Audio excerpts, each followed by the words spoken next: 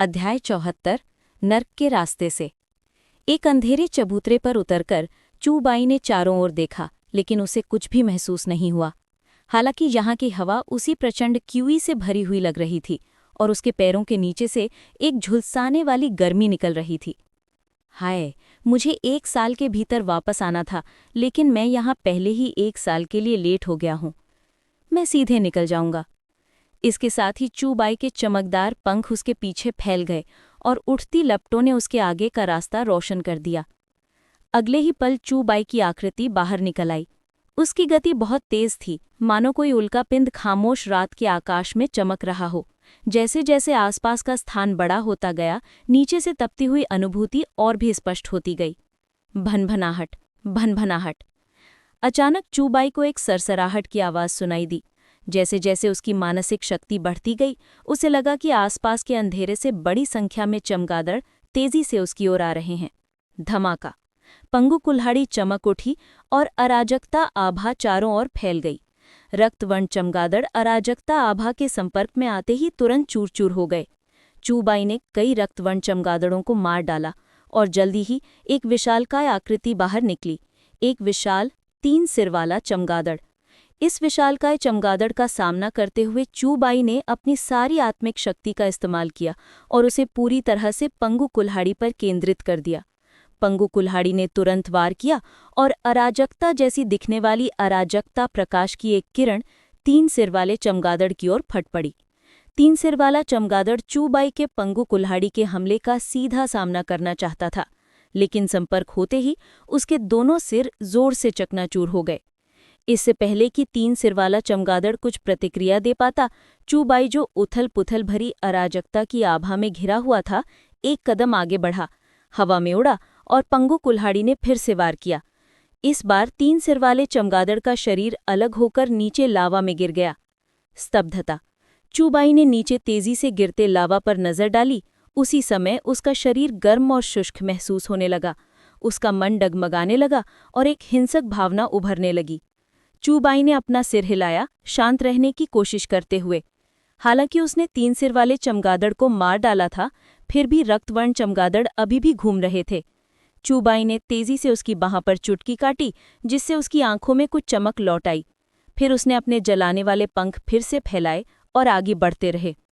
इस नर्क मार्ग के नीचे का रास्ता बेहद संकरा था और आसपास के रक्तवर्ण चमगादड़ों के लगातार हमलों के कारण ये टूटने की बहुत संभावना थी। लेकिन चूबाई के लिए, जिसके पास पंख जलाने वाले पंख थे, ये बिल्कुल भी चिंता का विषय नहीं था। एक क्षण के बाद एक और सरसराहट की आवाज आई। चूबाई ने पंगु कुल्हाड़ी पकड़े हुए उड़ना बंद कर दिया और आगे लाल रंग के स्थान में देखा, जहां कुछ मौजूद लग रहा था। आखिरकार, अगर मैं तुम्हें मार दूं तो शायद तांगसान को कोई आंतरिक केंद्र नहीं मिलेगा, है ना? आगे संकरे रास्ते में 2 ज्वलंत लाल आंखें दिखाई दी। जब वो आकृति उभरी तो वो एक अविश्वसनीय रूप से विशाल सांप था, जो चिलखिलाती गर्मी बिखेर रहा था। उसके शरीर पर लगातार हिलते हुए 9 अन्य मांसल ट्यूमर उगाए थे। दहाड़! विशाल सांप ने चूबाई पर फुफकार मारी और अगले ही पल उसने लावा की एक झुलसाने वाली धारा उगल दी, जो हवा में चूबाई की ओर उड़ रही थी। अराजकता आभा तेजी से संघनित हुई, जिससे लावा निष्प्रभावी हो गया। 10 सिर वाले भयंकर यांग सर्प, तुम सचमुच बहुत अच्छे नहीं लग रहे हो। चूबाई ने घृणा से नीचे 10 सिर वाले भयंकर यांग सर्प की ओर देखा। तभी उसके हाथ में पंगु कुल्हाड़ी से अराजकता प्रकाश निकला। अगले ही क्षण चूबाई हिल गया। अपने पंख जलाने वाले पंखों का उपयोग करते हुए चूबाई की आकृति हवा में लहराई और एक झलक के साथ वो 10 सिर वाले भयंकर यांग सर्प के पास जा गिरा।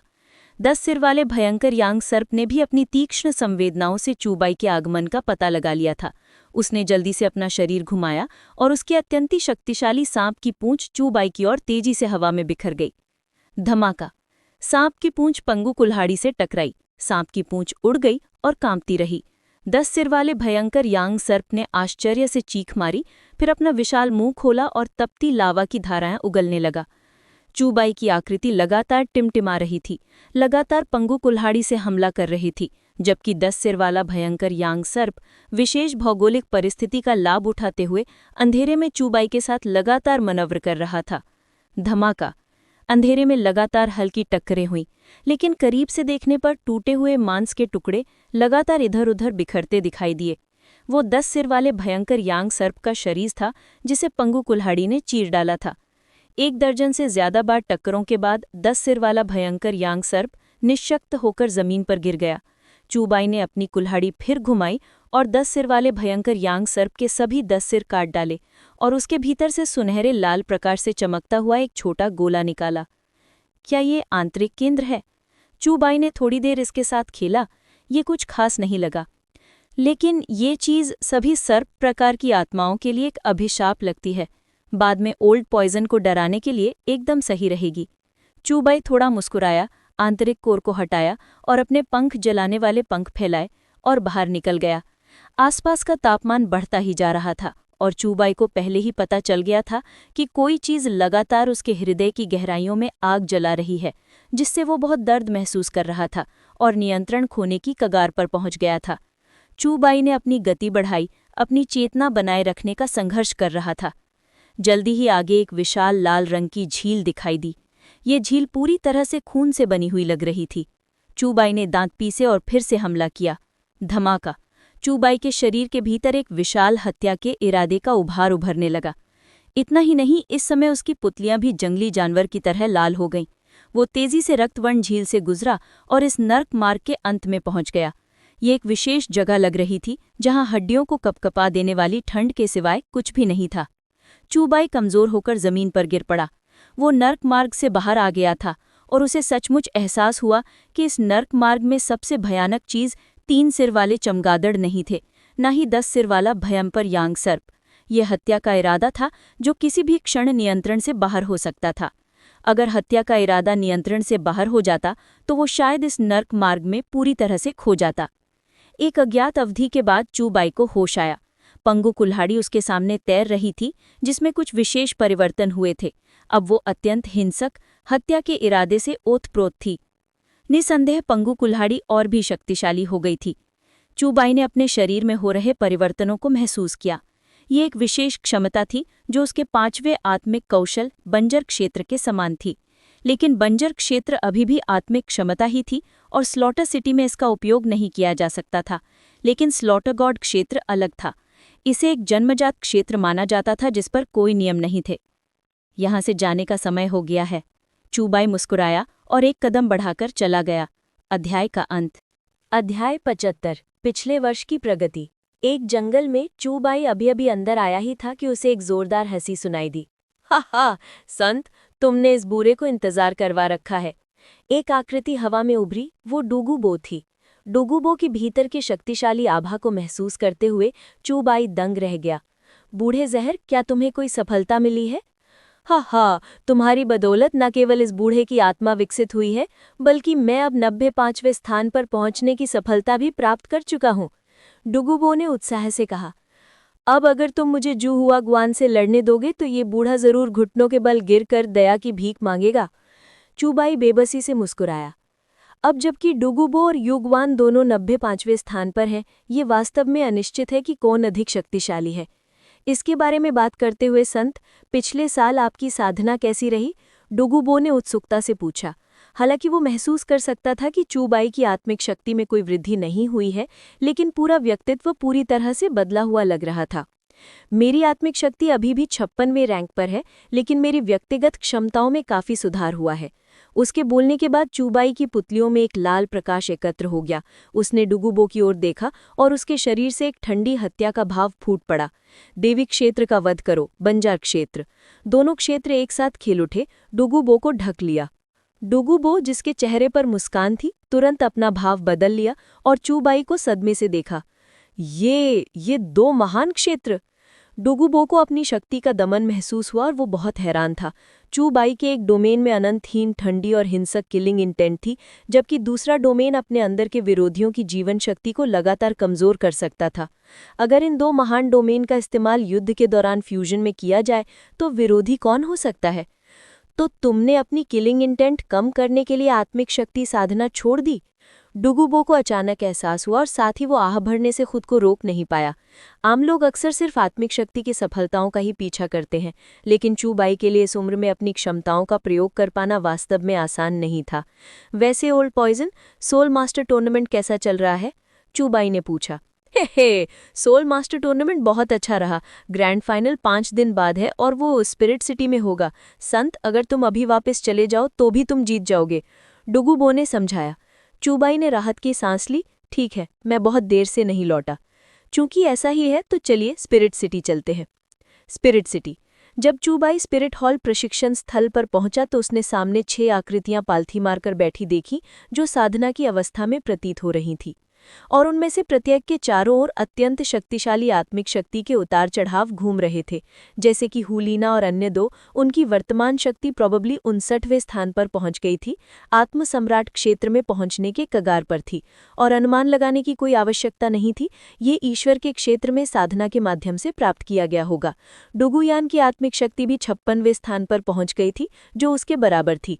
हालांकि चूबाई को और भी ज्यादा हैरानी इस बात की हुई कि निंगरोंगरोंग और झूझू किंग भी स्पिरिट किंग दायरे में पहुंच चुके थे, और उनकी आत्मिक शक्ति के उतार चढ़ाव को देखते हुए वो शायद 54वें स्थान के करीब पहुंच चुके थे। उन्होंने निराश नहीं किया। चूबाई मुस्कुराई।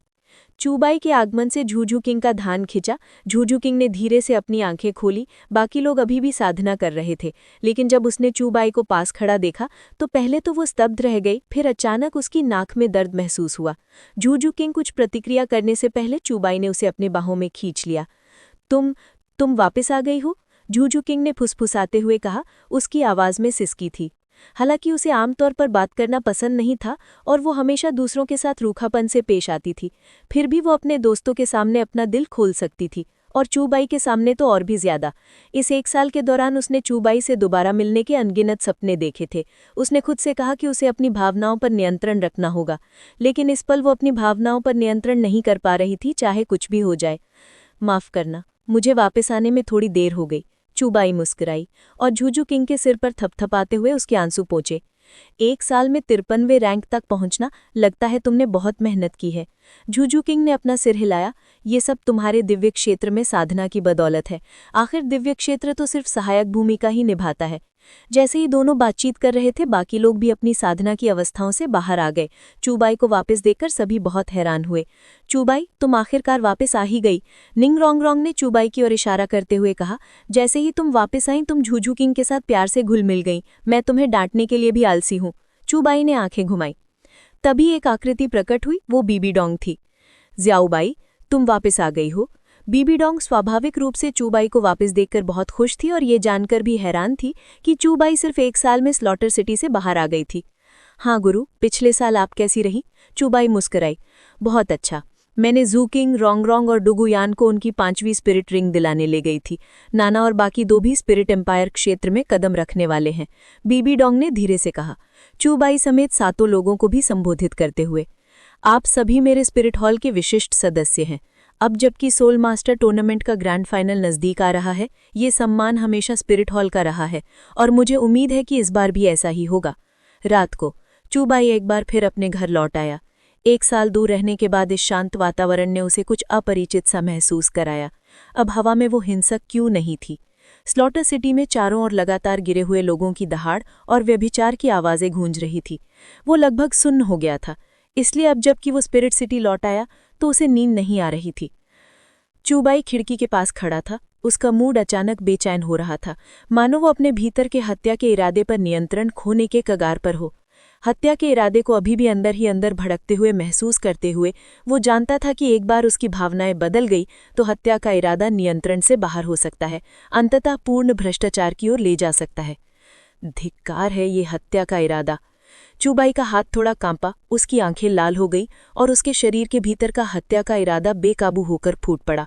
उस ठंडे हत्या के इरादे ने उसके आसपास की हर चीज को बर्फ से ढक दिया। चूबाई, एक मुलायम बेनाम हाथ ने चूबाई का हाथ पकड़ लिया। बर्फीले स्पर्श ने चूबाई की चेतना को कुछ हद तक बहाल किया। उसने अपना सिर घुमाया और झूझू किंग को देखा, जो किसी समय उसके बगल में प्रकट हो गई थी। क्या हुआ? झूझू किंग ने थोड़ी चिंता से पूछा। चूबाई शांत हुआ और उसने झूझू किंग को पिछले साल की सारी बातें बताई। हालांकि उसने विस्तार से नहीं बताया, लेकिन जब झूझू किंग ने चूबाई के शरीर पर निशान देखे तो उसकी आंखें लाल हो गई। तुमने बहुत मुश्किल साल गुजारा होगा।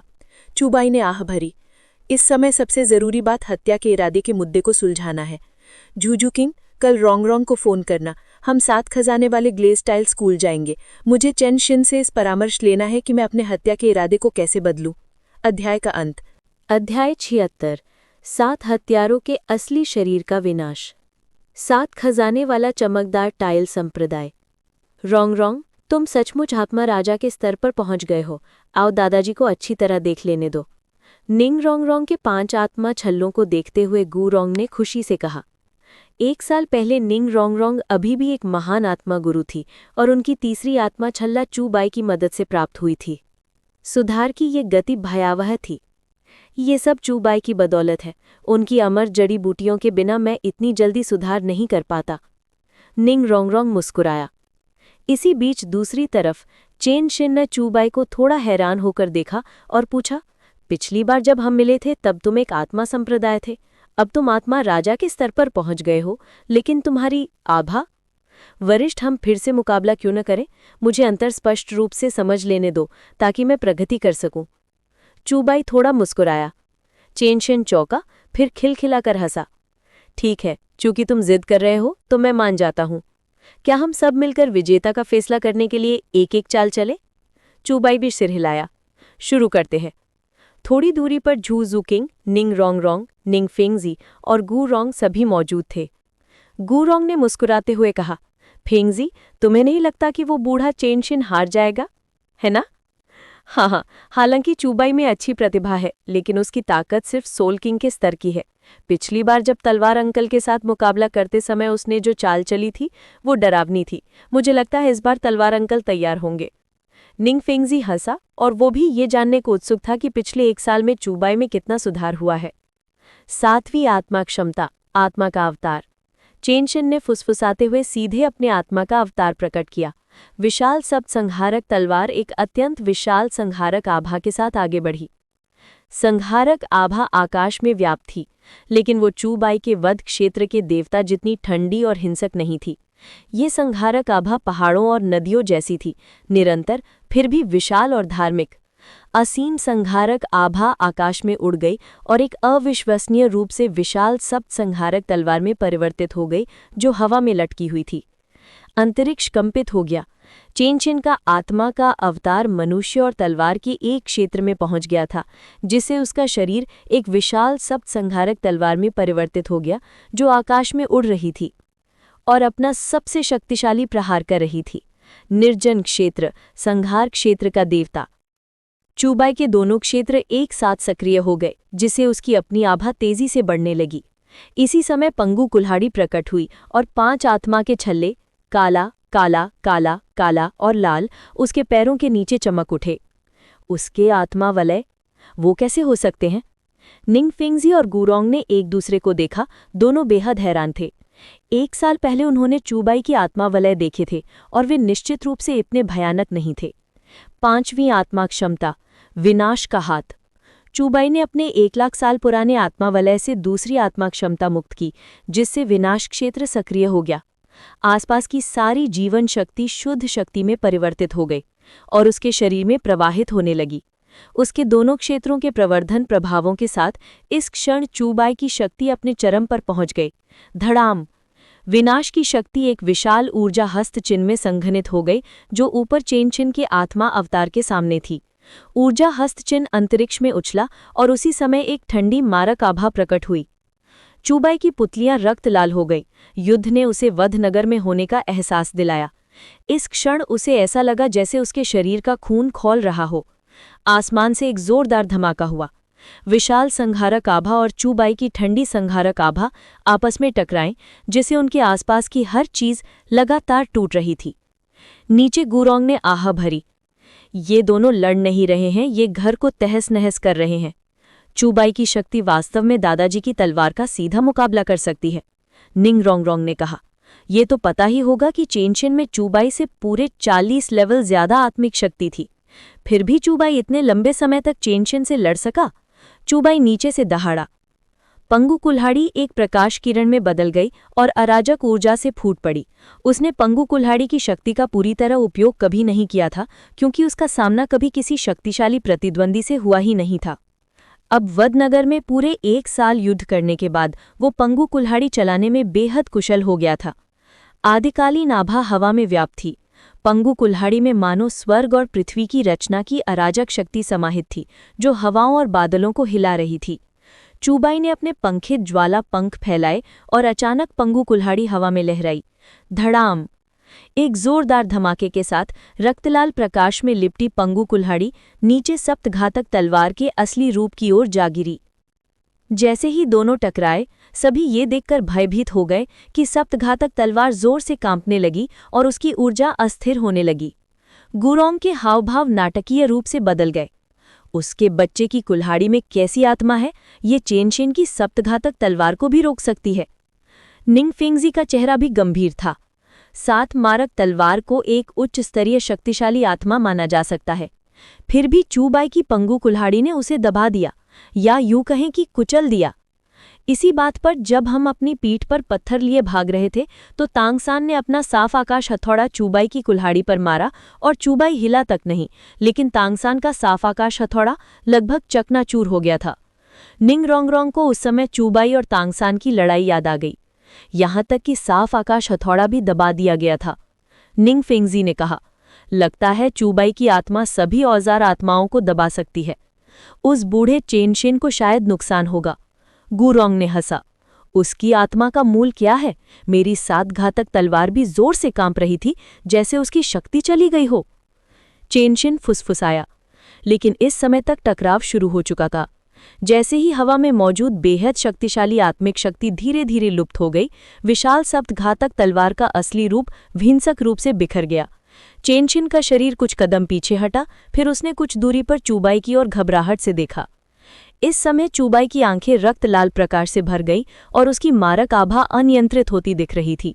ये देखकर चेनशिन तुरंत चूबाई के पीछे प्रकट हुआ और चूबाई के पीठ पर अपनी हथेली रख दी। जैसे ही चेनशिन की आत्मिक शक्ति ने प्रवेश किया, चूबाई के भीतर की मारक आभा अंततः शांत हो गई। तो तुम मेरे पास इसलिए आए थे क्योंकि तुम अपने भीतर की मारक आभा को नियंत्रित नहीं कर पा रहे थे, सच्चाई का एहसास करते हुए चेनशिन ने कहा। हा, धन्यवाद सीनियर, अब मुझे समझ आ गया है कि मारक आभा को कैसे नियंत्रित करना है, चूबाई ने चेनशिन की ओर मुट्ठियां भींचते हुए कहा। उसने अभी चूबाई के शरीर में अपनी आत्मिक शक्ति का संचार किया था, लेकिन इससे चूबाई को ये समझ आ गया कि मारक आभा को कैसे नियंत्रित करना है। तुम्हारी शक्ति मेरे आत्मा अवतार को सीधे चकनाचूर करने के लिए पर्याप्त है। शायद तुम आत्मा डूलो स्तर के विशेषज्ञ से लड़ने के भी योग्य हो। चेनशिन ने आहा भरी। ये दुनिया वास्तव में अभी भी युवाओं की है। बच्चे, जब तुम्हें अपना आत्मा अवतार मिल जाएगा तो क्या होगा? गुरोंग आगे बढ़ा और एक अजीब भाव से बोला। चूबाई ने सिर हिलाया, लेकिन गुरोंग सही था। अगर वो 70वें स्तर तक पहुंच गया और अपने आत्मावलय पूरे कर लेता, तो वो शायद डूलोवा महाद्वीप पर छा जाता। आखिरकार भयानक पंगु कुल्हाड़ी के अलावा उसके पास एक दूसरी आत्मा भी थी, विरानी। इस अध्याय का अंत। अध्याय 77। तांगसान आत्मा राजा बन जाता है। अगले कुछ दिनों तक चूबाई 7 खजाने वाले ग्लेस टाइल स्कूल में ही रहा। इससे उसे चेनशिन के मार्गदर्शन में अपनी हत्या की मंशा को विकसित करने और पिछले 1 साल में संचित अपनी आत्मिक शक्ति को तोड़ने का प्रयास करने का मौका मिला। आखिरकार आखिरी दिन चूबाई की आत्मिक शक्ति सफलतापूर्वक 67वें स्तर तक पहुंच गई। चूबाई ने निंग रोंगरोंग और झू झू किंग से कहा, हमें वापस चलना चाहिए। कल सोल मास्टर टूर्नामेंट का ग्रैंड फाइनल है।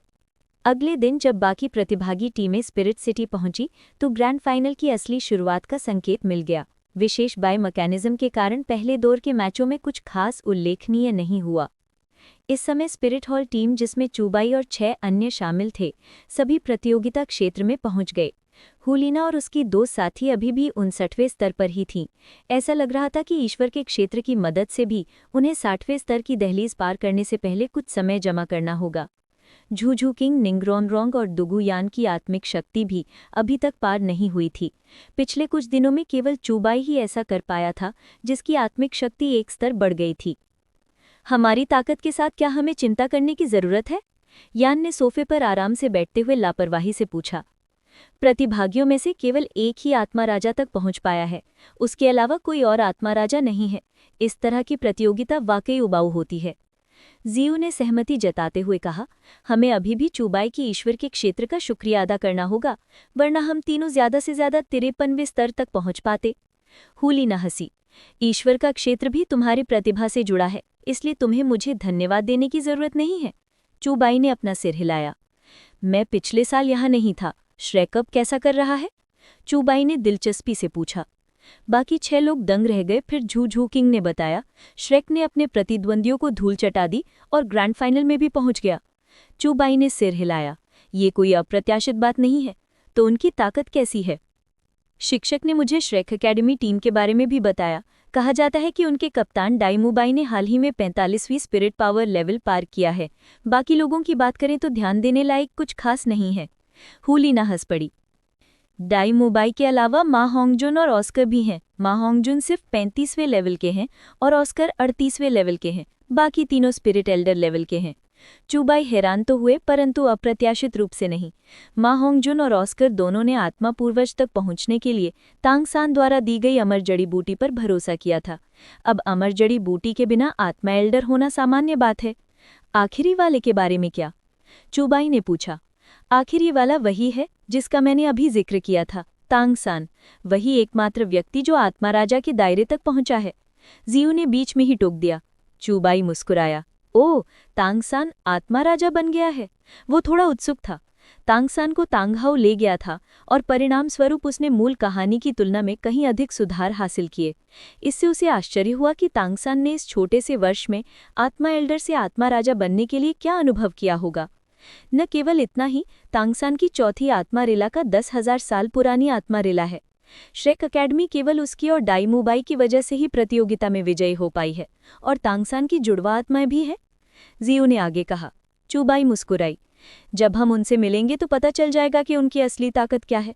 चलो अपने पहले मैच की तैयारी करते हैं। हमारा प्रतिद्वंदी हेवेंडू Royal Advance Spirit Master Academy लगता है। उसके बगल में खड़ा दुगुयान दंग रह गया। ये देखकर चूबाई ने कहा, अच्छा, क्या मुझे बाद में यूतियान हेंग पर नरमी बरतनी चाहिए? दुगुयान एक पल के लिए चुप रही, फिर उसने सिर हिलाया। जरूरत नहीं है, मैं पहले ही स्पिरिट हॉल में शामिल हो चुकी हूँ और अब मेरा उससे कोई नाता नहीं है। चूंकि वो मेरा प्रतिद्वंदी है, इसलिए मैं स्वाभाविक रूप से पूरी ताकत लगाऊंगी। स्पिरिट हॉल टीम और हेवेंडू Royal Advance Spirit Master Academy के बीच मुकाबला शुरू होने में अभी कुछ समय बाकी था। दर्शक दीर्घा में चूबाई और झू झू किंग पहुंचे। इस समय नीचे श्रेक एकेडमी और स्टार लुआओ एम्पायर के बीच मुकाबला चल रहा था।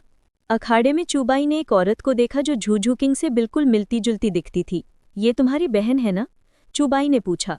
झू झू किंग ने सिर हिलाया। यही है, मेरी बहन मुझे ढूंढने के लिए लोगों को यहाँ तक भेज रही है।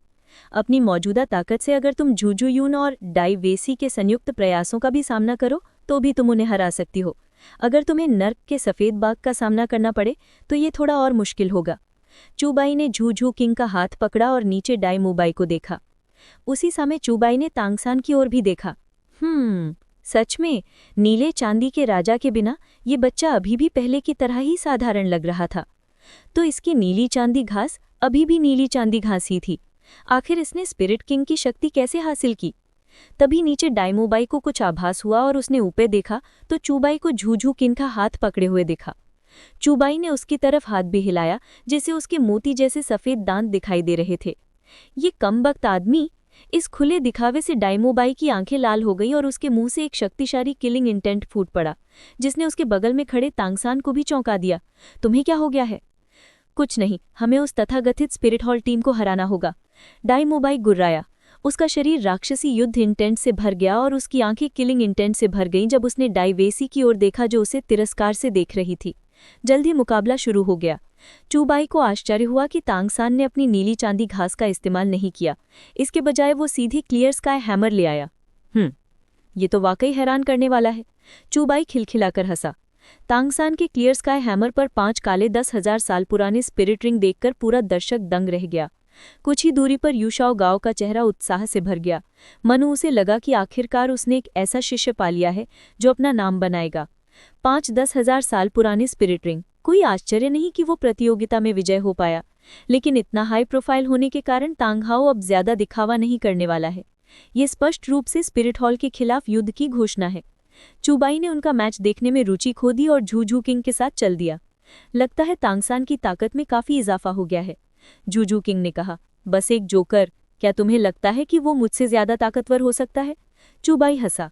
झू झू किंग ने बेबसी से चूबाई को देखा। जाहिर है वो तुम्हारे जितना ताकतवर नहीं है। झू झू किंग की तारीफ सुनकर चूबाई का मूड अच्छा हो गया। फिर वो झू झू किंग को वापस तैयारी कक्ष में ले आया। उनका पहला मैच जल्द ही शुरू होने वाला था। वो सोच रहा था कि नीचे बैठे लोग 7 आत्मा राजाओं को देखकर कितने हैरान होंगे। इस अध्याय का अंत।